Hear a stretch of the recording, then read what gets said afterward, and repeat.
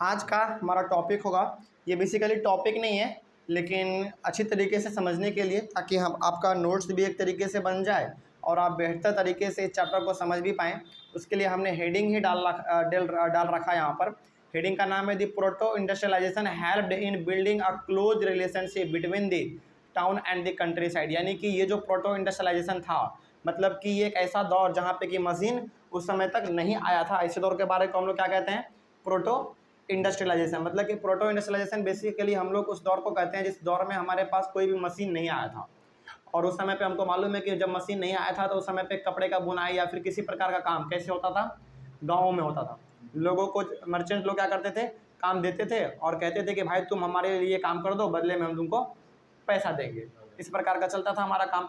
तो ये जो प्रोटो इंडस्ट्रियलाइजेशन है, ये क्या कर रहा था? साथ ही साथ अपना काम तो चला ही रहा था, लोगों का जीवन यापन तो यहाँ से चल ही रहा था। साथ ही साथ ये लोग यानी कि प्रोटो इंडस्ट्रियलाइजेशन के तहत यहाँ पे एक बहुत अच्छा रिलेशन बन रहा था। किसके किसके बीच में? गांव और शहर के बीच में। गांव में कौन रहते थे? वो छोटे मोटे किसान लोग जो कि बड़े बड़े मर्चेंट्स का, जो बड़े बड़े बिजनेसमैन का काम किया करते थे, है ना। जो वो लोग कहाँ रहते थे? गाँव में रहते थे।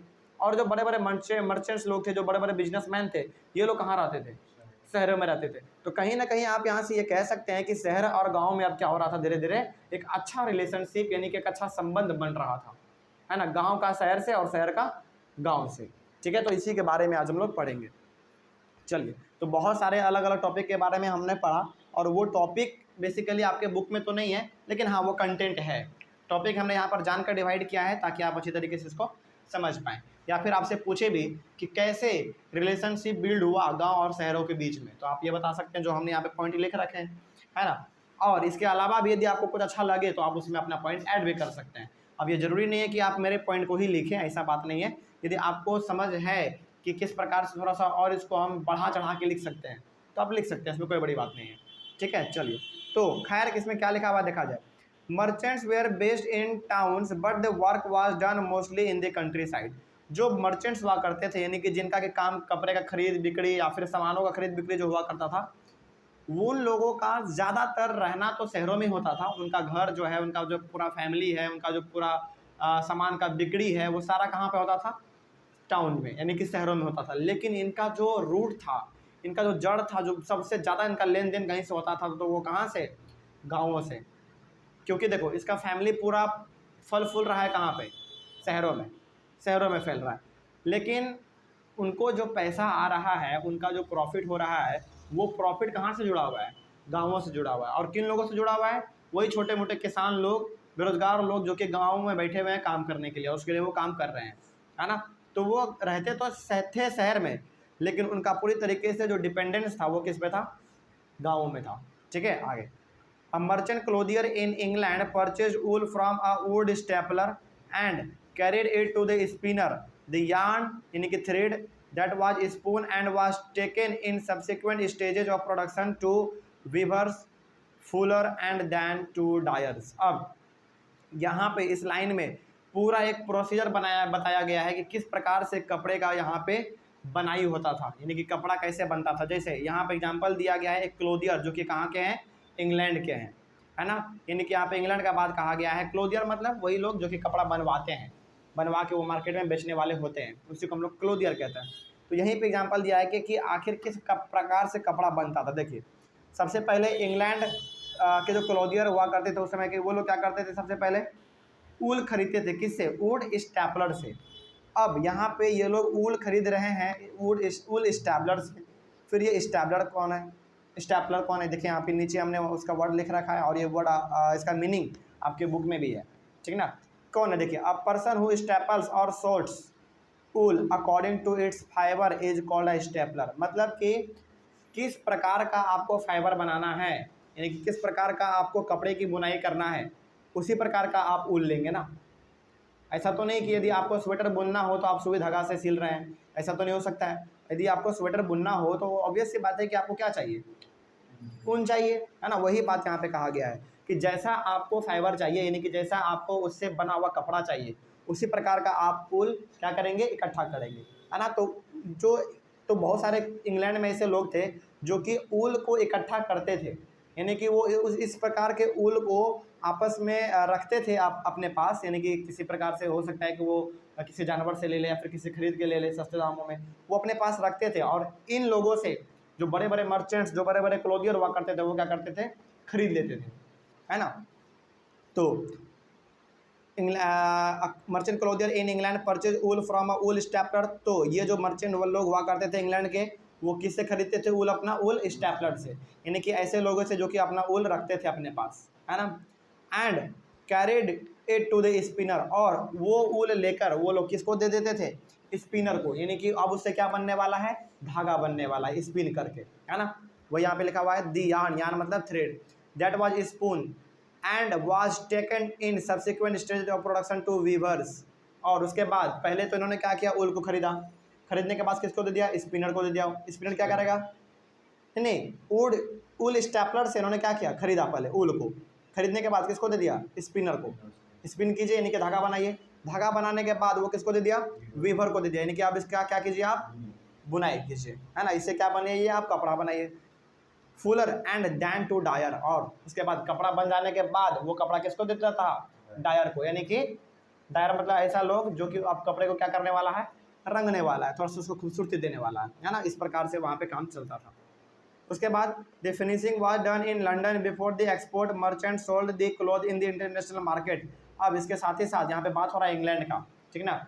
इंग्लैंड में ये लोग अपना सारा काम बनाता तो था, कपड़ा साला ये सारा का सारा ये अपना कपड़ा बनाता तो था, लेकिन जो फिनिशिंग का काम था, यानी कि फिनिशिंग यानी कि बेचने से पहले उसमें किसी प्रकार का गड़बड़ी तो नहीं है कपड़े में, ये कहाँ पे होता था, लंदन में। यानी कि लंदन जो है पूरी तरीके से एक फिनिशिंग सेंटर बन चुका था, है ना। मतलब कि हर जगह से कपड़ा बन तो रहा है, लेकिन फिनिश कहाँ पे हो रहा है, यानी कि उसका जांच पड़ताल पूरी तरीके से कहाँ पे हो रहा है, लंदन में हो रहा है। लंदन में जो होता था वो कब होता था, कपड़ा बिकने से पहले, है ना, यानी कि कपड़ा बिकने वाला है उससे पहले लंदन लेकर जाओ, इसमें देखो किसी प्रकार का कोई गड़बड़ी तो नहीं है ना, ये था। इंटरनेशनल यानी कि इंटरनेशनल मार्केट में पहुंचने से पहले उसको लंदन में जांचा जाएगा, उसको फिनिश किया जाएगा बढ़िया से। London came to be known as finishing centre, और इसीलिए उस समय पे लंदन को क्या कहा जाता था, फिनिशिंग सेंटर कहा जाता था कपड़ों का। उसके बाद at each stage of production 20 to 25 workers were employed by each merchant. इसके साथ ही साथ अब यहाँ पे हमने एक बार और बात किया था इस बारे में कि एक कपड़े को बनाने में बहुत अलग अलग प्रकार के स्टेजेस लगते हैं, स्टेजेस, और एक स्टेज में लगभग 20 से 25 आदमी काम करते हैं, और एक कपड़े को बनाने में पूरी तरीके से लगभग 5 से 6 स्टेज होता है ना। तो सोचिए 5 से 6 स्टेज है, और एक स्टेज में कितना लग रहा है, 20 से 25 आदमी लग रहा है, यानी कि एक मर्चेंट अकेला 100 से 150 आदमी अकेला वो हैंडल कर रहा है ना। चलिए, तो ये रोजगार का बहुत बड़ा साधन था।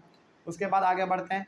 This meant that each clothier was controlling hundreds of worker. इसके बारे में हमने पहले भी बात किया था, आपको याद है ना।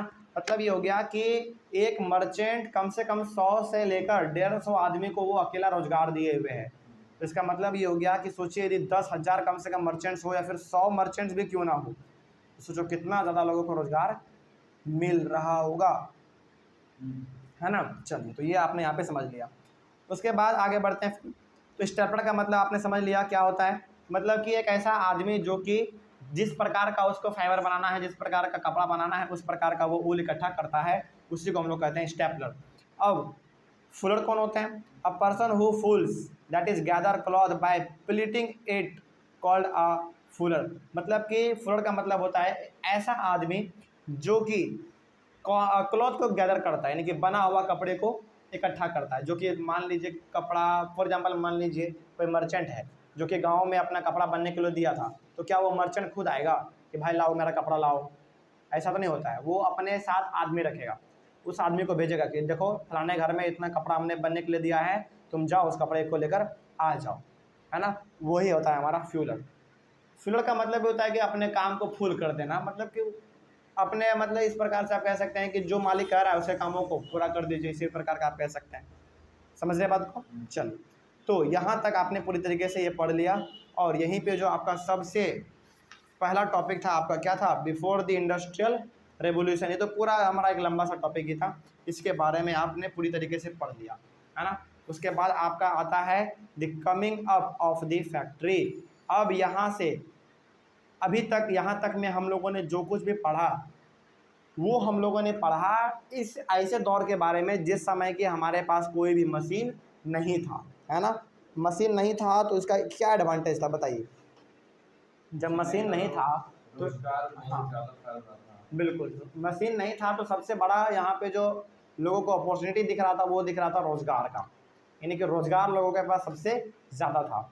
अब यहाँ पे हम लोग पढ़ने वाले हैं 1.1 में the coming up of the factory, मतलब कि अब क्या आने वाला है, धीरे धीरे फैक्ट्री आने वाला है। सोचिए तो क्या ऑब्वियस ये बात है कि फैक्ट्री आएगा तो क्या रोज़गार छीनेगा कि नहीं छीनाएगा, छीनाएगा। तो इसके बारे में हम लोग अपने अगले वाले क्लास में डिस्कस करेंगे। जो हम लोगों ने अभी तक पढ़ा उसमें कोई डाउट है ना। चलिए तो मिलते हैं फिर हम लोग अपने अगले वाले क्लास में। Thank you very much.